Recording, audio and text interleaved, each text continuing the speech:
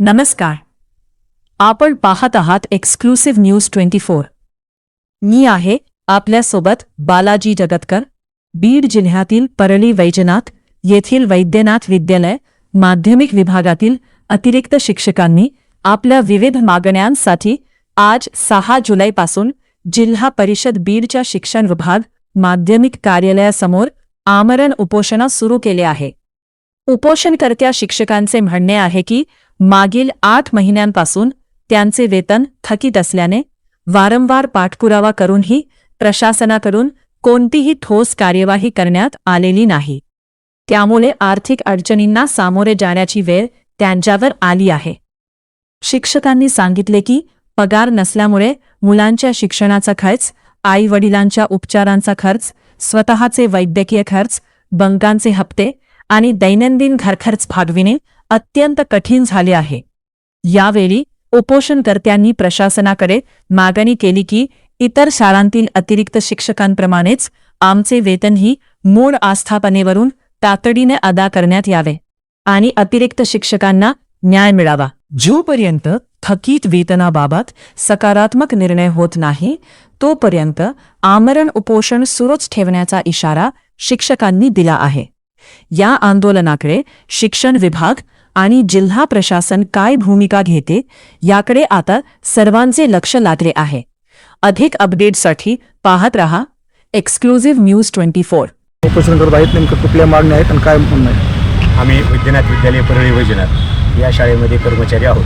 गेले 25 वर्षापासून तिथं कार्यरत आहोत. पण गेल्या 8 महिन्यापासून आमचं कसल्याही प्रकारचं वेतन झालेलं नाही. त्यामुळे आमच्या घरप्रपंचातले सर्व कामे स्टॉप झालेले आहेत. लेकरांचे शिक्षण असतील, बँकेचे हप्ते असतील, इन्शुरन्सचे पैसे असतील, सगळे कामं थकीत झालेले आहेत. व बँकेचे सुद्धा वारंवार पुन्हा येत असल्यामुळं आमची मानसिकता राहिलेली नाही.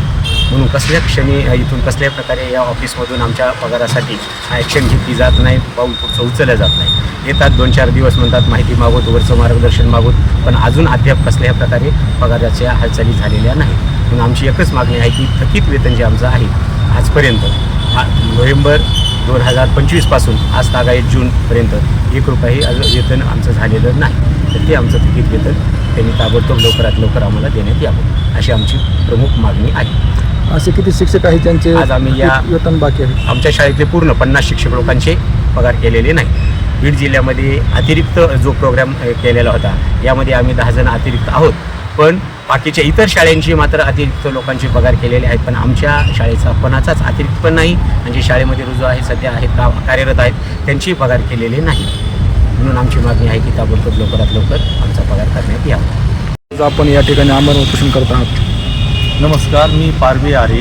वैजनाथ विद्यालय परळी वैजनाथ माध्यमिक शिक्षक आहे.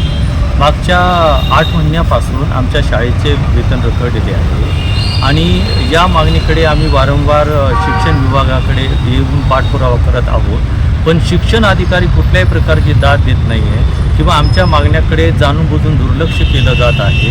आणि वेतन नसल्यामुळे मागच्या 8 महिन्यामध्ये आमचे मानसिक स्वास्थ्य पूर्णपणे कोलमडून गेलेले आहे.